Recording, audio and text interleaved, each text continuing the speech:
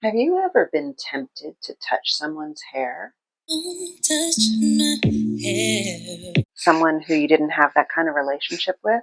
Some people don't even ask, they just reach, and I'm like, whoa. Have you ever actually done it? It's so weird. You've never seen natural black hair. Did you just reach out and touch their hair? You're no longer a human being who has a right to their own space. You're just something for me to look at and for me to touch. Did you ask permission first? One time, one of my coworkers walked up behind me at my desk and stuck her whole hand in my hair. Has this happened to you? Everybody wants to touch it. This is wrong. You shouldn't do it. People touching my hair make my blood boil. And it happens a lot.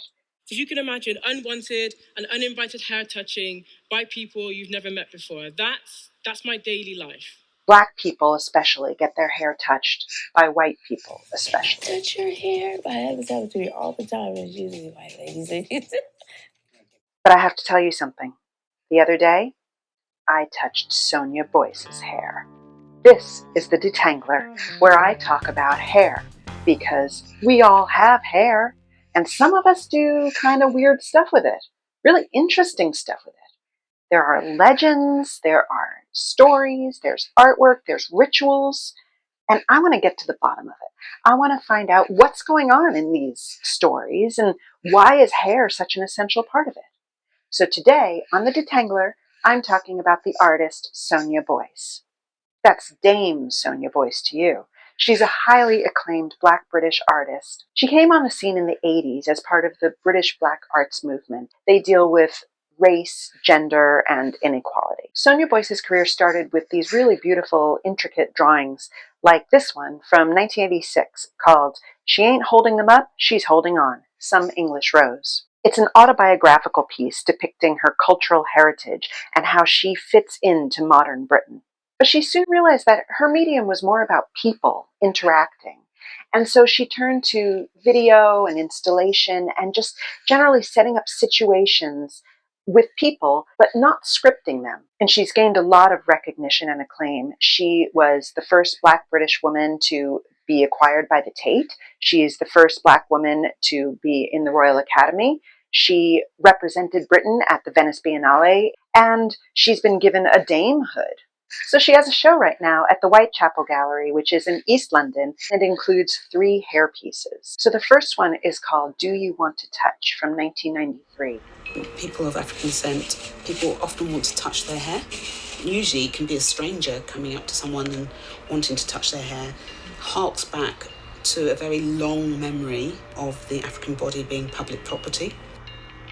It invites you to actually touch these pieces of black hair. Some of them are natural, some of them are synthetic. They were gathered from Afro-Caribbean shops in London. You go ahead and touch them, just like you might want to do on somebody's head. But in this case, they're displayed just for you to touch. They are objects.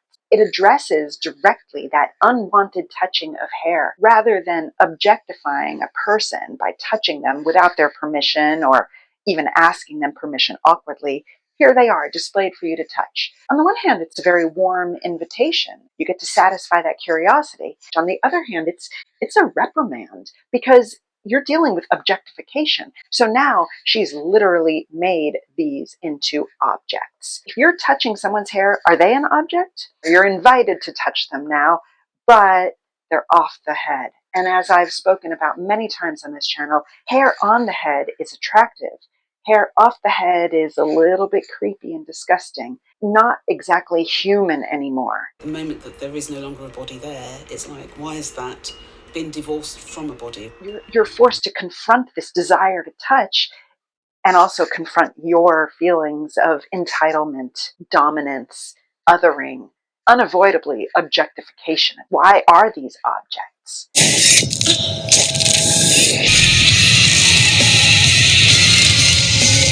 The next piece is called Black Female Hairstyles. It's from 1995, and it features a bunch of collages cut out from magazines where you see the hairstyle but not the face underneath.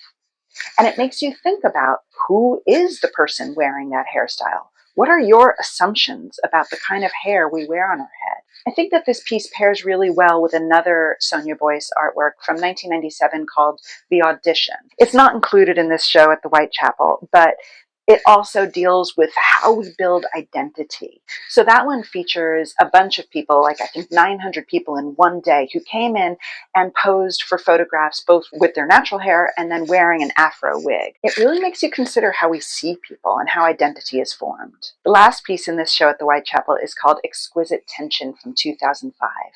It's a 4-minute video where she's braiding together the hair of a white man and a black woman.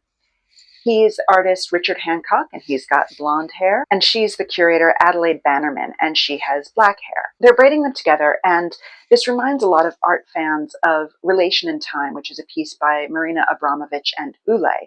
I've done another video on it, so there's probably a link somewhere here. You should click on it and watch it. Marina Abramovich and Ulay tied their hair together, and they stayed that way for 17 hours. So it's a little bit of a different kind of a thing. Yes, hair is connected in both pieces, but in one of them, Marina Abramovich and Ulay called themselves a two-headed artist. So it's really connection with people over time. They're in a long-term relationship. It's a long-term performance, 17 hours.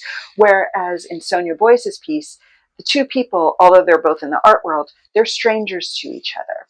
They've just met, and this is more about how we tie together people who seem so different, but maybe we have more similarities than we realize. We all have hair, right? So it's more about what holds us together despite our differences. We're all human, we're all mammals, we all have hair. So in all of her interviews, Sonia Boyce seems like such a warm, genuine, and very articulate person. And I think that this is what has given her so much success in an otherwise white male-dominated art world. She creates these situations that invite you to participate. And that's really what her art is all about, and what this show at the Whitechapel is about, how the audience becomes participants, willing participants. Hair is such an important part of that because it's a cultural signifier. It implies race, it implies gender, and we all have it. And she also pays attention to that attraction-repulsion quality of hair that puts you a little bit on edge, a little uneasy. By these objects being removed from the body, there's something quite violent, that they become kind of disgusting. So this show at the Whitechapel is going on till January. I highly recommend you check it out. It's in conversation with a sister show by the Brazilian artist Lydia Clark. And Sonia Boyce has been very influenced by Lydia Clark in that both of them create situations where the audience gets to be participants. Incidentally, the Whitechapel Gallery is in East London, which is where Sonia Boyce was born and raised. She still lives there as far as I know, and she teaches there and has made a career of it. So, very genuine person. I do invite you to check her out. Thanks for watching The Detangler. Let me know what your questions are about hair. Which artists, rituals, legends are you curious to know more about?